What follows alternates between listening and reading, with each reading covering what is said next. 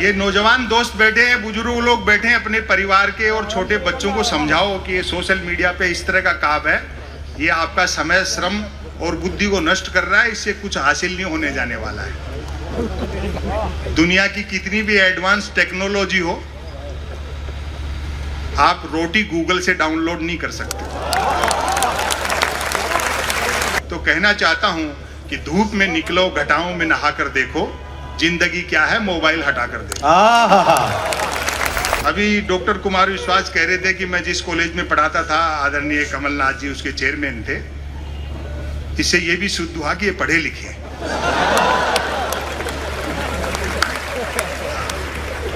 और मुझे अच्छा नहीं लगता जब विपक्ष के लोग एक आदमी को इतना टारगेट करते हैं।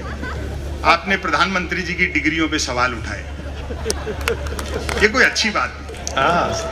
भाई जब सैटेलाइट लॉन्च होकर के अपनी कक्षा में स्थापित हो गया, धरती के चक्कर काट रहा है, फिर क्यों डिजाइन पे बहस कर रहे हैं?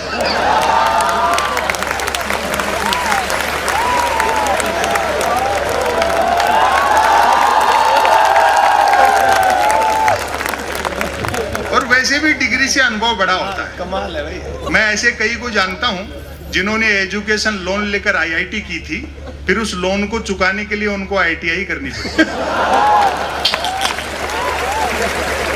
हालांकि बाद में पार्टी के दो बड़े नेताओं ने बाकायदा प्रेस कॉन्फ्रेंस करके प्रधानमंत्री जी की डिग्रियां दिखाई, तब जाकर विपक्षियों का मुंह बंद हुआ कि हमारे प्रधानमंत्री ने न सिर्फ एमए कर रखा बल्कि बीए भी कर रखा।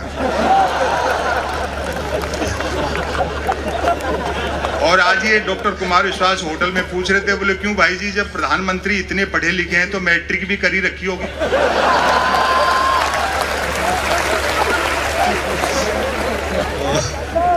यही सब सटायर है। अभी महाराष्ट्र की भी चर्चा आई। दरअसल वो सेकंड की सुई जो है घड़ी की, वो मिनट वाली से आगे निकल रही थी। क्या बारीक है, वाह। लेकिन उसको पता नहीं था कि सेकंड वाली पूरा चक्कर काटती है, तब मिनट वाली थोड़ी सीख सकती है। और ये पहला मौका है मंत्री महोदय महाराष्ट्र में जब चौकीदार का पाला थानेदार से पड़ा।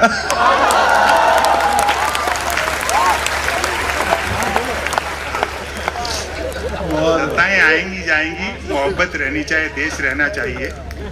पाकिस्तान, चाइना, इन सब विषयों पे तो कर्नल साहब बोलेंगे, क्योंकि ये तो आमने सामने चेहरे से चेहरा मिला करके, आंखें से आंखें मिला करके लड़े हैं। मेरे लिए ये व्यंग्य के विषय नहीं है। भाई उस पाकिस्तान पर क्या लिखना, उसकी जितनी आबादी है उतने तो अपने 24 घंटे फ्री वाईफाई के चक्कर में 4G टावरों के नीचे बैठे रहते हैं। और चाइना से भी युद्ध हुआ तो इस बार आर पार की होगी, 62 वाला हिंदुस्तान नहीं है। हम जीतेंगे और उस खुशी में फिर चाइनीज पटाखे फोड़ेंगे।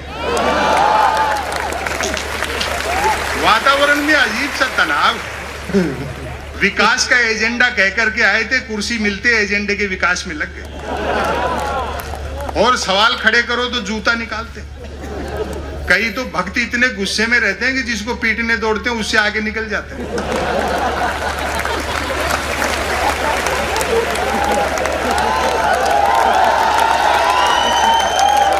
भक्त तो आप जानते हो ना, जिसके आंखें तो होती है लेकिन दृष्टि नहीं होती।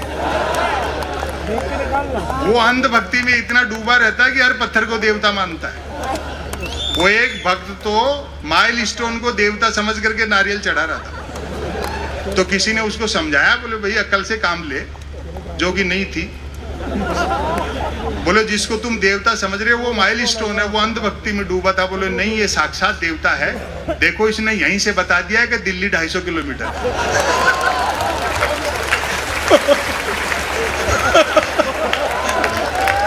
वाह, जिंदाबाद। क्या बात है। ये नौजवान दोस्त बैठे हैं, बुजुर्ग लोग बैठे हैं, अपने परिवार के और छोटे बच्चों को समझाओ कि ये सोशल मीडिया पे इस तरह का काम है, ये आपका समय, श्रम और बुद्धि को नष्ट कर रहा है, इससे कुछ हासिल नहीं होने जाने वाला है। दुनिया की कितनी भी एडवांस टेक्नोलॉजी हो, आप रोटी गूगल से डाउनलोड नहीं कर सकते। बहुत मुद्दों की बात करो, रोजगार की बात करो, सद्भाव की बात करो, महंगाई और भ्रष्टाचार पर बात करो, ये उन मुद्दों से ध्यान हटकाने के लिए इस तरह की शोशेबाजी की जाती है। अभी जैसे धारा 370 का मसला था, मुझसे भी लोगों ने पूछा, ये मेरे व्यक्तिगत मत बता रहा हूँ। बोले जी 370 पर, मैंने कहा मूल्यांकन समय करता है, आज हम इस पर कुछ नहीं कह पाएंगे। बैंड तो हमारी शादी में भी बहुत जोरदार बजा था।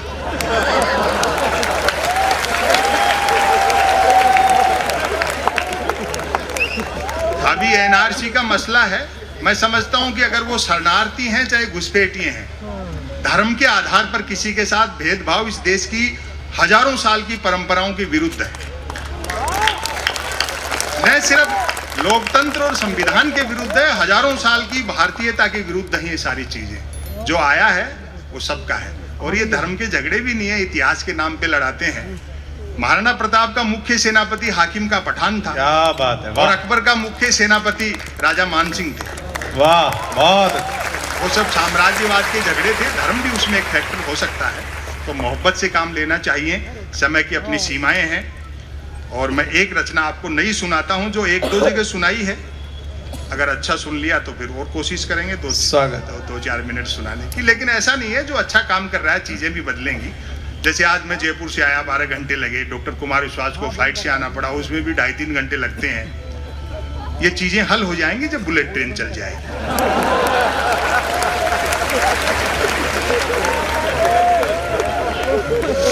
और हम तो सुनते हैं कि बुलेट ट्रेन का किराया भी कम होगा और वो सवारियां लेने भी घर घर जाएगी। और गुजराती दिमाग लगाया प्रधानमंत्री ने, जापान के प्रधानमंत्री से बुलेट ट्रेन के लिए कर्जा भी 50 साल के लिए मांगा है। वो जानते हैं 50 साल बाद न देने वाले बचेंगे न लेने वाले बचेंगे। और इसी शहर के शरद जोशी जी ने एक बड़ी अच्छी बात कही, हम भारतीयों को वह व्यक्ति उधार दे जिसका पुनर्जन्म में विश्वास हो। भाई दिवे 50 साल बाद किसी जापानी को अपना कर्जा याद रह गया तो वो जैसे ही मांगने बंबई उतरेगा, अपन उन्हीं की बुलेट ट्रेन में बैठ के अहमदाबाद निकलने।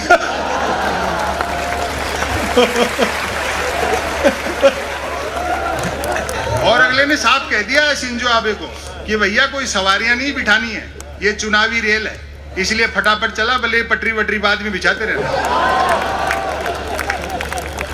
दरअसल ये लोग चढ़ना हिमालय पर चाहते हैं, लेकिन मुंह हिंद महासागर की तरफ।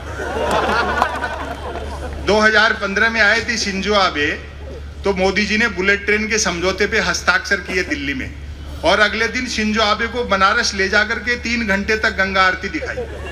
और भरपूर समर्थन करना, व्यंग तक पहुंच जाओ तो 3 घंटे तक गंगा आरती देखने के बाद शिंजो आबे बोले, मोदी जी जब आप लोगों के पास इतनी फुर्सत है तो काहे को बुलेट ट्रेन चला रहे?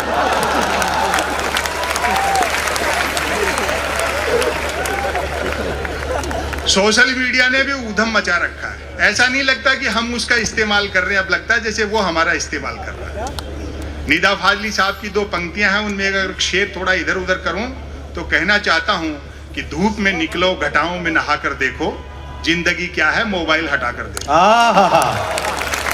वाह, मैं बधाई देना चाहता हूं मध्य प्रदेश शासन को कि इस अवसर के बहाने आपने इतने लोगों को घरों से निकाला, वरना तो सब उसी में लगे रहते। घरों से निकलिए, प्रजातंत्र के जो मुख्य उद्देश्य हैं और जो मूल्य हैं उनको पहचानिए, अड्डेबाजी कीजिए, एक दूसरे से मिलिए, क्योंकि आदमी लैंग्वेज से सीखता है, उससे कहीं ज्यादा बॉडी लैंग्वेज से सीखता है। बहुत अच्छा, बहुत। पता नहीं से सोशल मीडिया क्यों कहते हैं। हजारों किलोमीटर दूर बैठे आदमी तो हम चैटिंग से जुड़ना चाहते हैं, लेकिन बस ट्रेन फ्लाइट में सफर करते हैं तो कोशिश रहती है बराबर वाली सीट खाली। आए है, क्या बात है। यदि किसी ने कुछ एक अक्षरों तक की नेकी कर डाली हो तो उसको फेंकने के लिए ट्विटर से बेहतर दरिया नहीं है। जो कुछ नहीं कर सकता वह भी ट्वीट कर सकता है, और एक बार जो ट्वीट करने लगता है फिर वो कुछ नहीं कर सकता। मैं तो सोशल मीडिया का लोहा उस दिन मान गया जब एक सज्जन ने YouTube पर मेरे कवि सम्मेलन की एक ही क्लिप को साल में 100वीं बार सुना और नीचे गाली लिखी, लानत है संपत सरल को, नालायक ने साल भर से रचना तो छोड़ो कपड़े तक नहीं बने।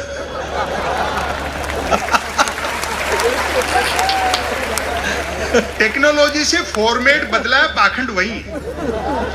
आए है, वाह क्या बात है। पहले देवी देवताओं के 16 पोस्ट कार्ड लिखते थे, आजकल देवी देवता का फोटो डाल करके 16 शेयर मांगते। अपनी समस्या से संबंधित कोई भी देवी देवता गूगल से डाउनलोड करो, अपनी मनोकामना लिख करके सोशल मीडिया पे छोड़ दो, घंटे आध घंटे में तो ऐसा वायरल होगा कि आपका देवी देवता नई मनोकामना के साथ आप ही के पास आ जाए। और एक आ गई है सेल्फी। क्या आत्ममुग्धता का दौर है साहब। कैमरे का फ्रेम दिखते आदमी जिराफ हो जाता है। मैं तो देखता हूं कई महिलाएं हर 10, 15, 20 मिनट में अपनी सेल्फी ले लेकर के सोशल मीडिया पे अपलोड करती रहती है। आपको सच बताऊं, उन सुंदरियों के चेहरे देखकर मेरे मन में वही भाव आते हैं जो कभी दर्पण में पद्मनी का चेहरा देख करके अलाउद्दीन खिलजी के आए हों। और अब आपकी तालियां उठेंगी, कितने धोखे का संसार है। वही सुंदरियां मुझे आमने सामने साक्षात मिल गई, बड़ा धोखा हुआ। जिनको पद्मनी समझता रहा वो तो खुद अलाउद्दीन खिलजी निकले।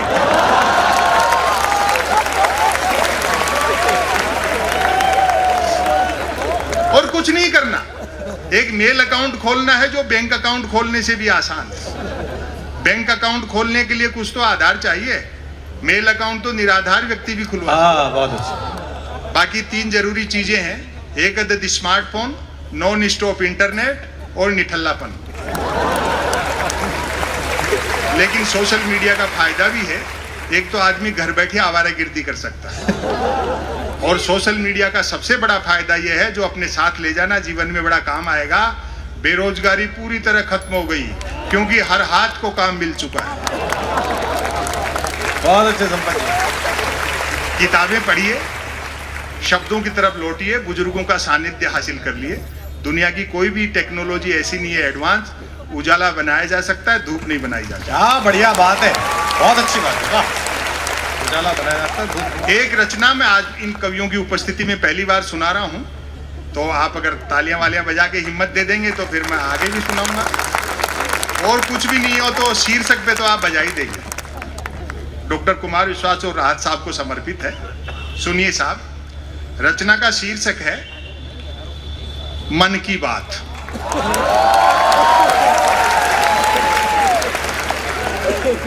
इसी शहर के शरद जोशी जी थे, वो प्रोज पढ़ते थे अंग्रेजी में, हिंदी में जिसको गद्य कहते हैं, उर्दू में नस्र कहते हैं। बाकी सब आपको कविताएं शायरी सुनाएंगे, मैं अकेला आदमी गद्य पढ़ता हूँ। शरद जी के शहर के लोग किसी शब्द को कैसे उठाते हैं, मैं आपकी मोहब्बत चाहता हूँ। सुनिए साहब, मन की बात। कोई कुछ भी बात करे, बात कुल 2 ही प्रकार की होती हैं, एक काम की बात और दूसरी मन की बात।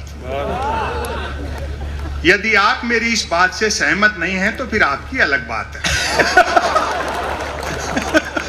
तालियां कमजोर थी। यूं तो बात काम की हो या मन की होती दोनों बात ही हैं।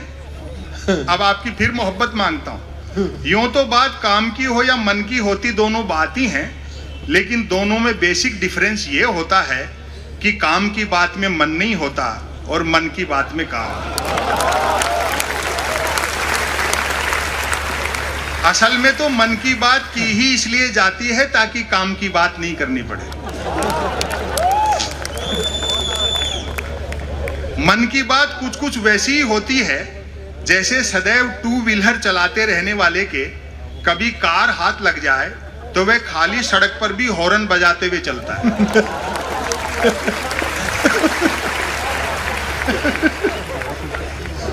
मन की बात एक तरफा होती है, जैसे देवता वगैरह मूड आने पर आकाशवाणी कर दिया करते थे।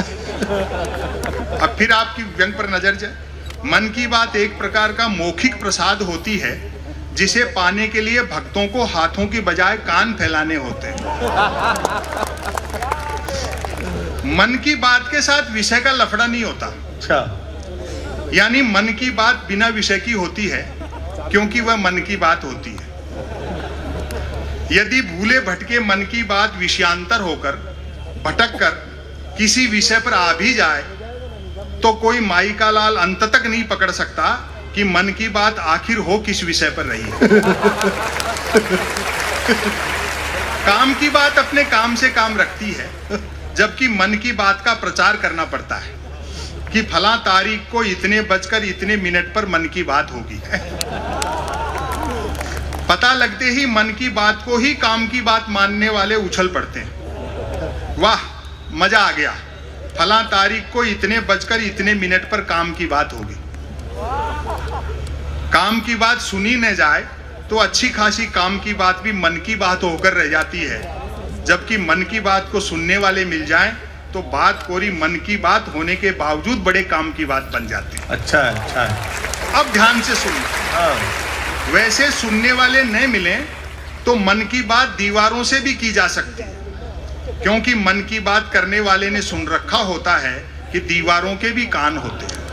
अच्छा है, अच्छा है। क्या और अब मैं जो व्यंग कह रहा हूं, एक भी हाथ खामोश न रहे, क्योंकि दीवारों भी कई कान होते हैं, बल्कि वह तो यह तक मानकर चलता है कि जिनके कान होते हैं वे दीवार ही होते हैं। अच्छा है। मन की बात अक्सर शुरू यहां से होती है।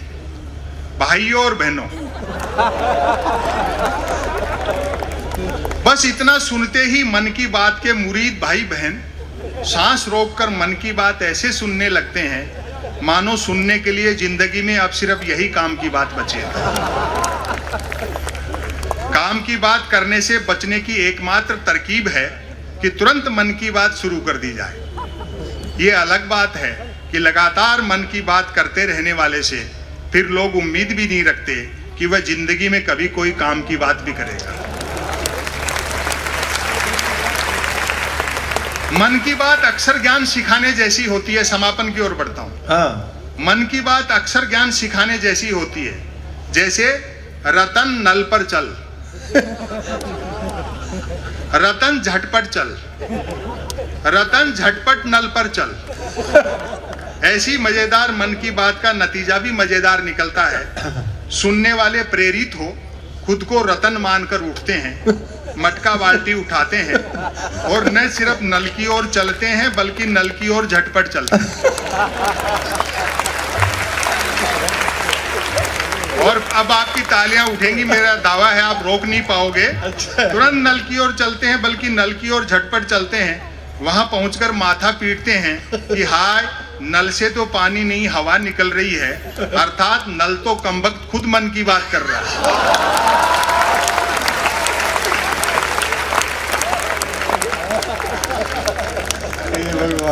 श्रोताओं के इस रिएक्शन से प्रभावित होकर मन की बात करने वाला तुरंत अपनी अगली मन की बात शुरू कर डालता है।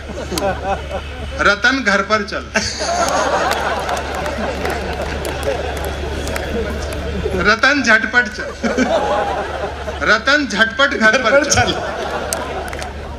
मन की बात करने वाला अनजाने में भी काम की बात नहीं करता। वह जानता है कि काम की बात करने से सब काम में लग जाएंगे, तो फिर मन की बात कौन सुनेगा। अब मैं इस लेख का समापन कर रहा हूं। समापन पर तालियां बजा देना, वरना इसी को फिर शुरू कर सकता हूं। क्योंकि मन की बात का कोई भरोसा नहीं है कब शुरू हो जाए। बड़ी मोहब्बत दी। अतः अंत में मैं फिर दोहराना चाहूंगा कि कोई कुछ भी बात करे, बात कुल दो ही प्रकार की होती हैं, एक काम की बात और दूसरी मन की बात। यदि आप मेरी इस बात से सहमत नहीं है तो फिर आपकी अलग बात है।